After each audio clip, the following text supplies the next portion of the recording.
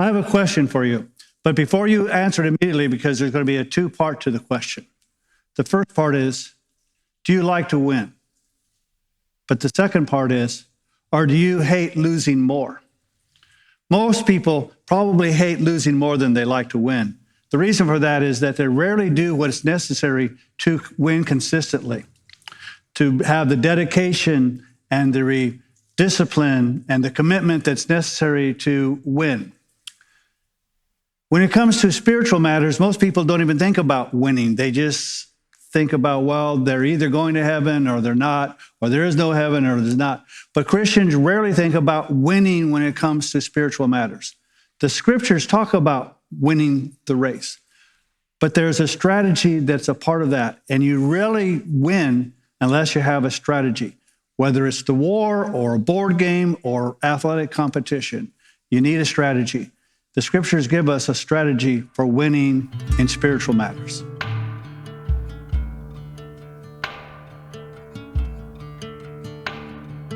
There's nothing we can do by our works to add to our salvation.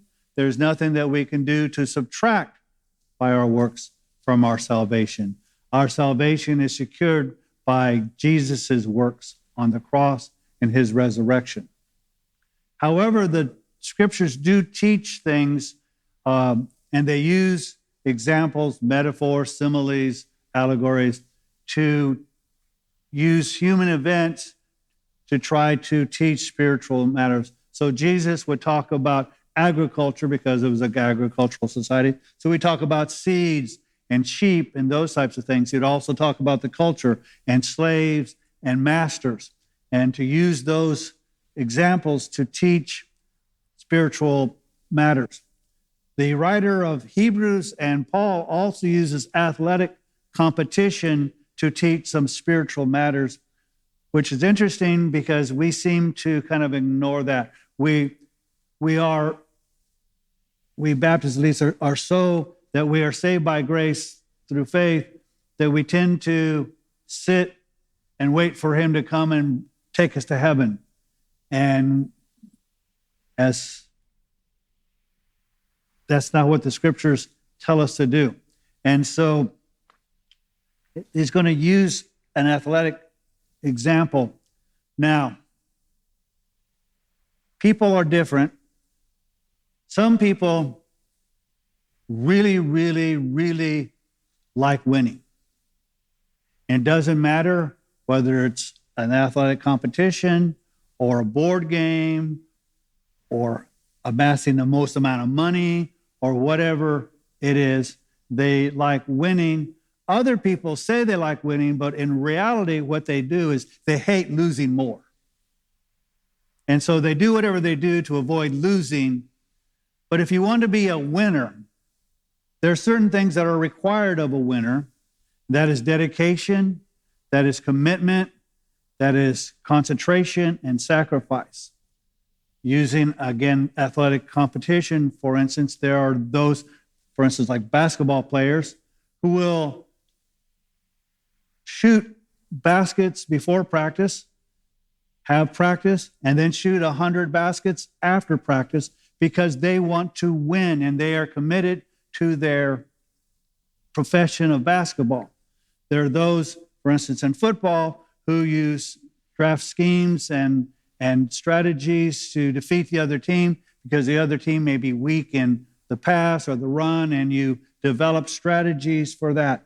And even in racing, whether it's human racing or horse racing, you'll hear about strategies about whether you should jump out and lead the pack or whether because of your particular abilities that you should hang back and then kick harder at the end and whatever. And sometimes the race is won or lost by the strategy that you employ. And so, for instance, you might jump out ahead thinking, okay, but then the race is much faster than you anticipate, and then you run out of gas at the end. So strategy is important. But most people don't think about strategies. They have goals, and they'll set goals, and sometimes they do nothing other than to set goals because some self-help books tell you to set goals, and so they'll set goals, but they institute no strategy to achieve those goals and to win. And in spiritual matters, again, we tend to not thinking about winning or losing, because whether we get to heaven by the skin of our teeth or not, that's good enough, because heaven is like real estate. It's location, location, location. Just the fact that you're there is good enough. But the scriptures do not teach that it's just good enough to get there. And so I want us to take a look at the scriptures about this and develop a winning strategy in our spiritual lives. So if you have your Bibles, and you should, turn to Hebrews chapter 12. We'll start with verse 1. Now, while you're doing that, basically, chapter 11 talks about the Hall of Fame of faith, and it gives the various people, Abraham and Sarah and all kinds of people, and what they did to merit being in the honor roll of faith. Now, what is awesome about the honor roll of faith is that when you look at all the people that are mentioned in the honor roll of faith, they are not perfect. Even Abraham, who Jesus says to be a believer is to be the seed of Abraham. So you think, okay, he laughed when God told some things, he whatever. So there are these times. He told kings that Sarah was his sister and whatever, so that he would avoid certain things. So he was not perfect. And so when we look at the honor roll of faith, we're not looking at perfect people. Therefore, all of us can, and I hope after this message, try to attempt to be in that honor roll of faith. And so the writer of Hebrews says this: therefore, since we have so great a cloud of witnesses surrounding us.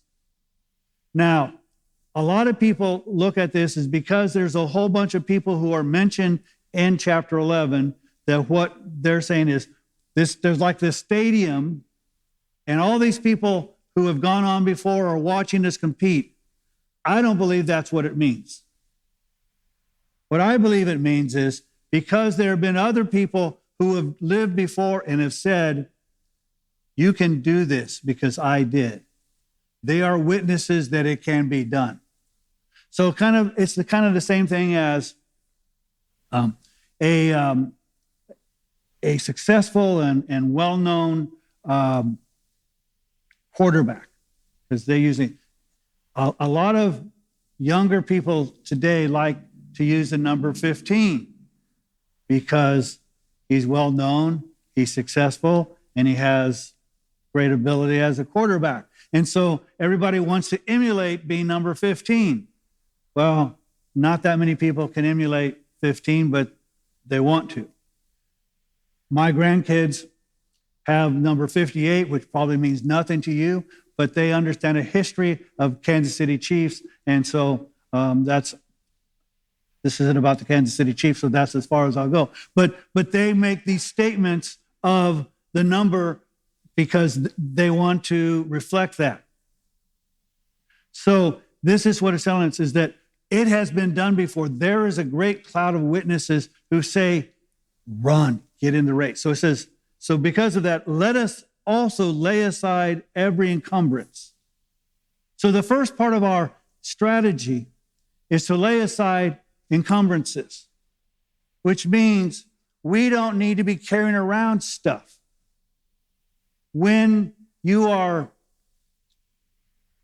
preparing and training for some athletic competition, for instance, you may put weights around your legs so that when you run, it strengthens the legs and the muscles, and you do these things. But when you're in the actual race, you don't have encumbrances, you don't have weights, because they take away from you. And so the writer of Hebrews is saying, because you're not training. This is the race. Life is not a practice for life. It is life. We are involved in the race. So he says, so lay aside these encumbrances. So whatever sin, or whatever shame, or guilt or difficulty or fear. He goes, drop it. It's hard enough to win a race when you just have yourself. Why do you need to carry extra weight? So the first thing we need to do to have a winning strategy is dump all the excess baggage.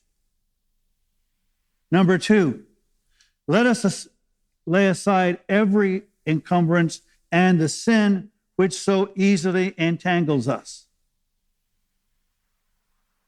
So I want you to get kind of this image of a rope or a wire or a string, whatever, kind of wrapped around you. When you're trying to run, that hinders you. You cannot make the full stride because you've got this. And it's funny, even the slightest little entanglement can. If you don't have your shoe tied, you could trip over your shoelaces and fall down, or at least stumble. So he's saying sin is that kind of thing that is going to cause you to not hit your stride because you're going to have it entangle you, so you're going to be shortened, or it's going to cause you to trip and fall and then be bruised and battered and bloodied, and you're thinking about the owie rather than the race.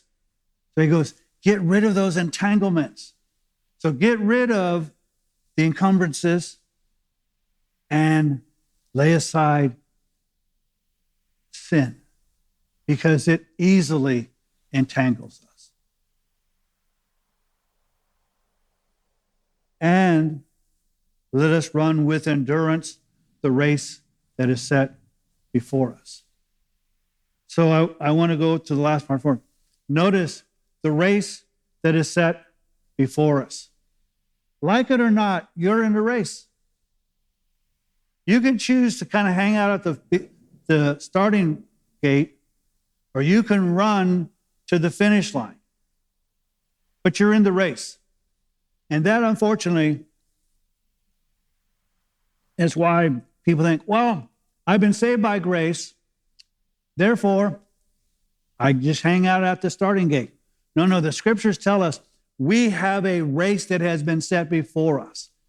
Your race may be a little different than my race, but we're both in the race. So I want you to, again, be aware of that you're in this race. Yes, we are saved by grace, but God is expecting something from us, not to add to or subtract from our salvation, but to take what he has given us and to use it to the maximum effect. So he goes, so that we are to run with endurance. Too many people want to give up when it's difficult. Using the race as an example, you'll hear people who run marathons and whatever, or if you're not have as much endurance, after you run a mile, there's this sense of all of a sudden your body is crying out and it's saying stop, and because your lungs are expanding, your diaphragm is pushing against and your ribs are hurting and whatever, and everything in your body is saying quit. This is when you need to basically mind over matter and say, no, I'm going to run with endurance. I'm going to keep one step after the next step after the next step. And there is in the racism, sounds like I'm talking about racism. In the midst of the race, there is what you call a second wind. All of a sudden, there is this burst of energy that once you fought through the initial pain and difficulty, all of a sudden there is that second one, and you keep going. And so many people, when they experience that difficulty initially, they want to either slow down or stop. The writer of Hebrews say, no, run with endurance. Go through, because there's going to be that second wind. You're going to be able to keep going. So keep going. So as much as the physical aspect is necessary, so is the mental. You need to say, I am going to run, and I'm going to keep running even if it kills me. And so you just do it, and you run with that endurance. And again, because the race that is set before me, I don't look over to you and say, well, how far are you? Am I ahead of you? Your race is different than mine. So whether I'm ahead of you or behind you doesn't matter, because I'm not involved in your race. I'm involved in my race. So don't compare where you are with different people. The race that is set before you, and again, there is a race set before you. So then he gives us another thing. Fixing our eyes on Jesus. When we are running, a lot of times when you get tired, what happens is you drop your head. And when you drop your head, you're not looking at where you're going. And therefore, it is much easier to start wandering rather than running the straight line, which is the quickest way to the end. So he's saying, don't drop your head. Keep looking at Jesus. Now, I will give you a personal example. It's not about eyesight, but it's the same kind of concept. My son, in the summer before he went into the 8th grade, we decided that he would go into the state junior lifeguards. In order to be in the state junior lifeguards, you had to meet certain physical tests. So there were various things. And one of the tests was that you had to swim a certain distance within a certain amount of time. And if you didn't do that, then you didn't qualify. So my son was an athlete. He played football and basketball and baseball. He knew how to swim, but he wasn't a swimmer. Okay. And he also, and as you know him, he's very determined and he does whatever. So he was swimming to do this. And all of a sudden, because he wasn't a swimmer and we didn't have a pool, he was battling through, but he was starting to get tired. And so he started to wonder. And in the pool, there wasn't the demarcations of lines to tell you whether you were on track or not. So I saw it and he started to wonder. So I started calling his name. He heard my voice and he started swimming to my voice. And as a result, he started swimming more straight and he got there in time and the distance. It's the same thing with Jesus. We need to hear his voice. We need to know his voice. We need to fix our eyes on him and not get distracted, or even when we're tired, start to wander right to the left. But because you're not going to win the race if you're running more distance than you need to. It's like I'm an old guy, so it used to be the 100-yard dash. Now it's the 100 meters or whatever, and I have no idea what a meter is. So the times are different. But there was a certain time, and you would run to cross the finish line, and you could judge your competition by how quickly you ran the 100 yards, 100 meters versus other people. And there would be world-class running and whatever. But it didn't matter if you ran 110 yards or meters. They counted 100. And if you ran 10 extra meters, that probably meant you were a lot slower because you were running different. And so again, in the spiritual matter, we need to be fixing our eyes on Jesus and running straight to him, not deviating. So fixing our eyes on Jesus, the author and perfecter of faith.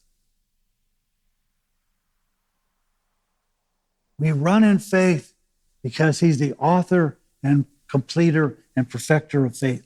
So we run to him because he's the example. Who for the joy set before him endured the cross. Now, if there was ever a what are you talking about moment in the scriptures, this is it. The cross was not only a cross of shame, it was a cross of pain. It was a cross of being despised.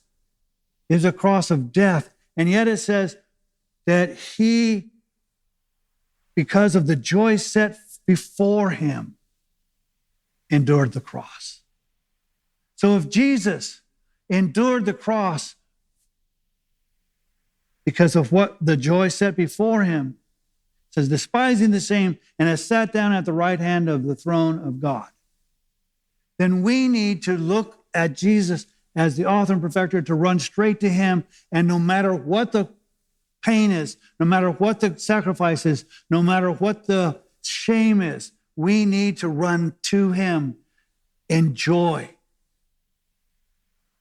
Not in, oh Lord, why me?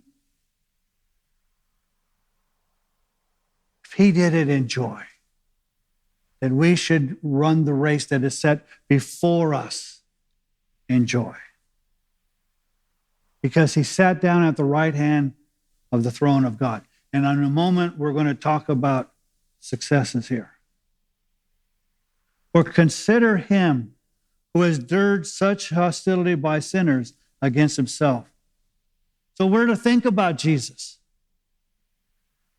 what he did, the sacrifice that he made, the King of Kings and Lord of Lords, who subjected himself to the cross, not for his benefit, but for ours, so that you will not grow weary and lose heart. Again, running with endurance and saying, it just doesn't matter the opposition. It just doesn't matter how much I'm hurting. It doesn't matter how much people hate me. I am going to endure it because Jesus did, and I'm not going to grow weary.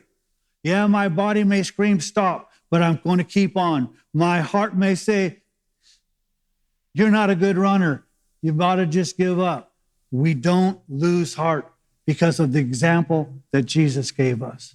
Just as we emulate famous athletes, we should emulate all the more Christ. This quarterback doesn't know me, doesn't care that I know him. But God knows me, and I am grateful that he does.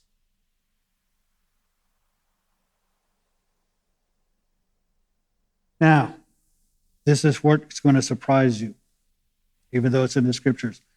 In 1 Corinthians chapter 9, verse 24, it says this, do you not know that those who run in a race all run? You have been put in a race that has been set for you before you. All the runners of the race run. You may stumble, but you are to run. But only one receives the prize. There is a gold medal. There is a winner. There are those who love winning so much, they say, coming in second only means you're the first loser. Okay? There is this attitude that I want to win because I want to win. And we should have this attitude, not so much about whether it's football or basketball or whatever, but we are to have this attitude that we want to win this spiritual race.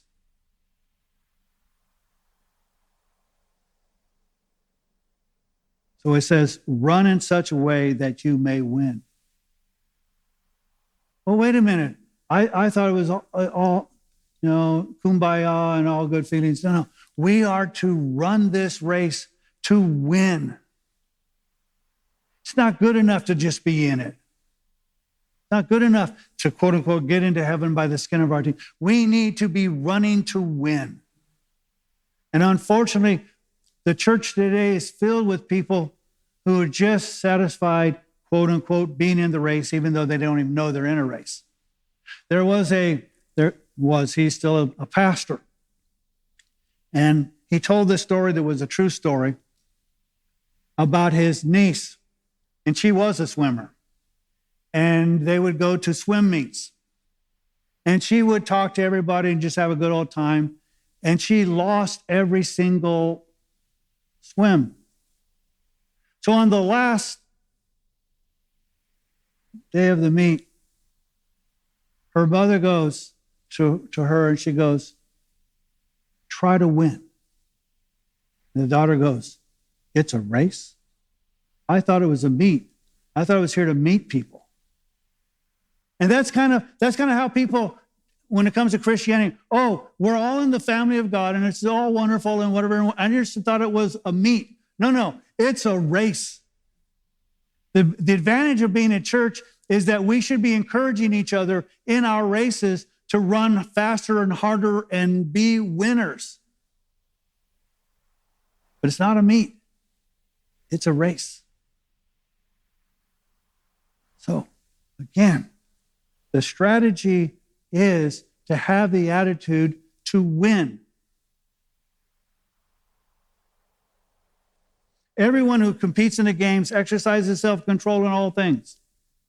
So he's saying, when you are in competition, if it's a runner, then you want to try to have a runner's body and you eat the proper foods for a runner and you strengthen the muscles that you need to do to run. If you are playing football, then you need to have a football body. You need to lift the weights and and eat the proper things and to train during the off season so that your body is ready to go.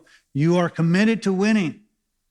And again, so many athletes, they only start training when training camp starts. Whereas you will see those who are committed to winning, who will have their diets all year long. They will run all year long. They will do speed drills. They will strengthen their bodies because they know the off season is not an off season. There used to be this commercial that talked about that while no matter how hard you're training, if you take the day off, there's somebody else who didn't. So again, there are in this race no days off. There's no, well, I'm going to take a me day. No. It's always Jesus' day. So they do self-control in all things. They then do it to receive a perishable wreath. During the Olympic Games back in the day, the winner would receive a wreath, and this wreath wasn't of gold, wasn't of silver, wasn't even of bronze.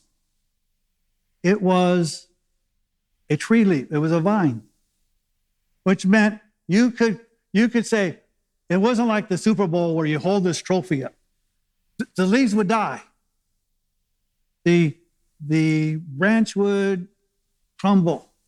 So you couldn't even say to your grandkids, I was the fastest person ever. See, oh, it's dust now.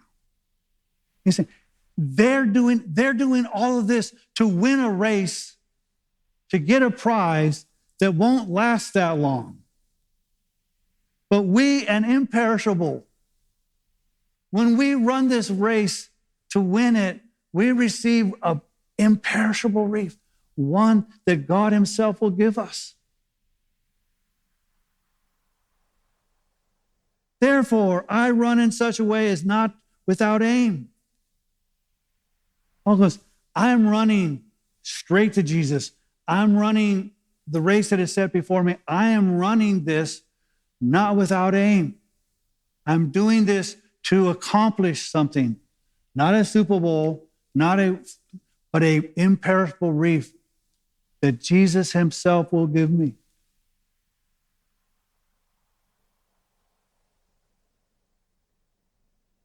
How sad would it be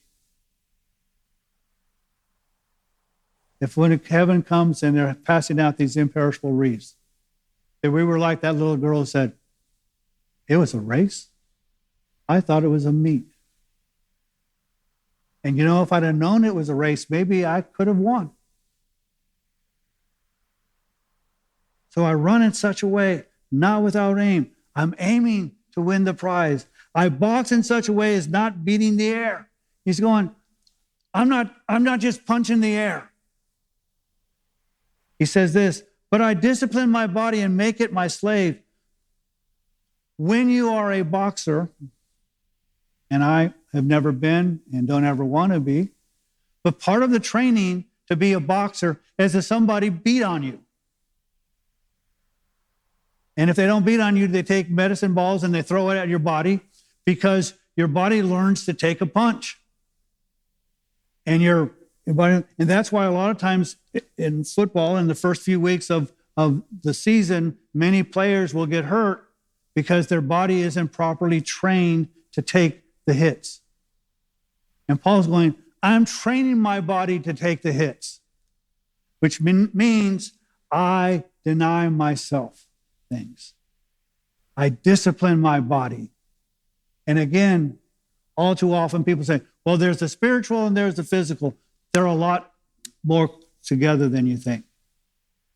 You don't sin with the body and then the spirit is unaffected. Paul said, I am training my body. I'm taking the punches so that I can endure, so I can take a punch. So that after I have preached to others, I myself will not be disqualified. I'm going to run the race in such a way that is within the rules. Again, running this race within the rules is understanding who we're running to and why we're in the race at all. And then in Philippians chapter 3, this was kind of a statement, verse 18 and 19, that was after a message I brought before. He says this, brethren, I do not regard myself as having laid a hold of it yet. Paul doesn't say I've won the race yet. One of the most sad things in a football game, and I've seen this in pros and I've seen it in kids and whatever, is they'll run for the goal line, for the touchdown, and then they'll drop the ball before they get to the end zone. You don't score a touchdown unless the ball is actually in your control in the end zone. And because they're so convinced they've won, they drop the ball too soon, and then the other team recovers, and you never scored. Paul is saying, I'm not going to drop the ball before I cross the race. I'm not going to stop running until I have crossed the finish line. I'm not going to run a 99-meter race. I'm going to run a 100-meter race or a 26-point-whatever mile race. I'm going to race the race that is set before me, and I'm not going to stop thinking I've won until I see Jesus handing me the prize. So brethren, I do not regard myself as having laid hold of it yet. But one thing I do, and here's again part of the strategy, forgetting what lies behind and reaching forward to what lies ahead.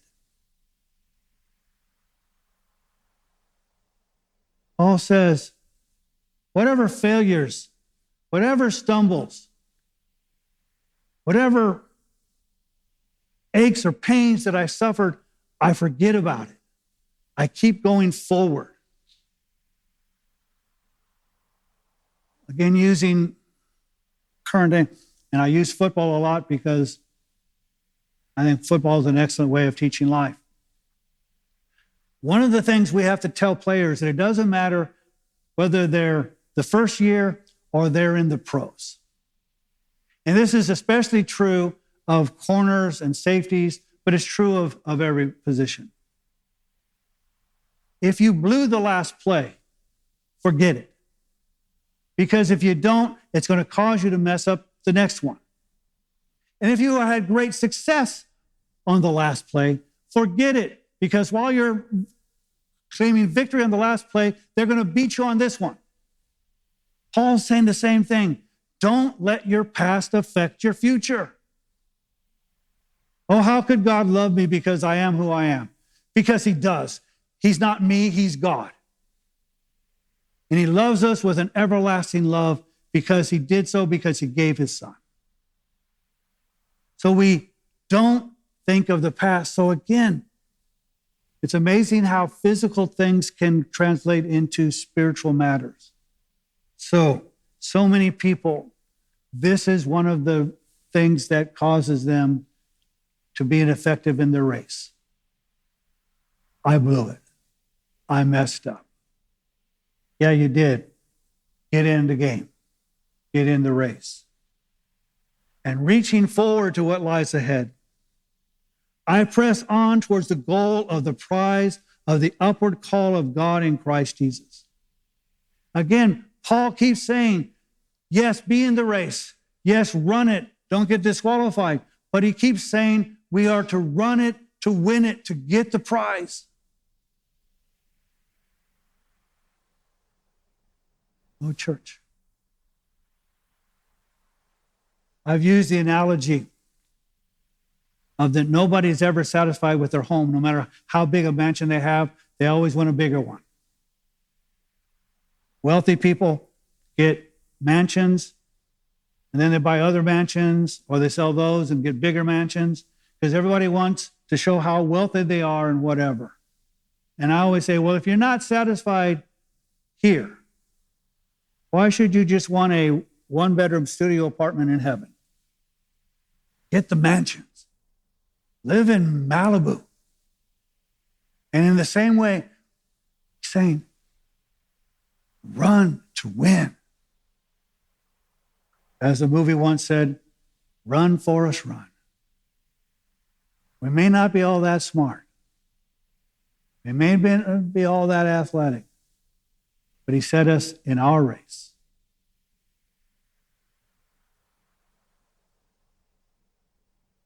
He may have given other people more gifts than you. Not telling you to run their race. Telling you to run the race of the gifts that he's given you. He's told you to love the way he has loved you. He's told you to run the race the way he has forgiven you. He's told you to run the race even if no one else cares. And everybody's against you. Because that's what he did. To your benefit. And if he so loved us, then one way we can show how much we love him is to run and run to win. And all God's people said.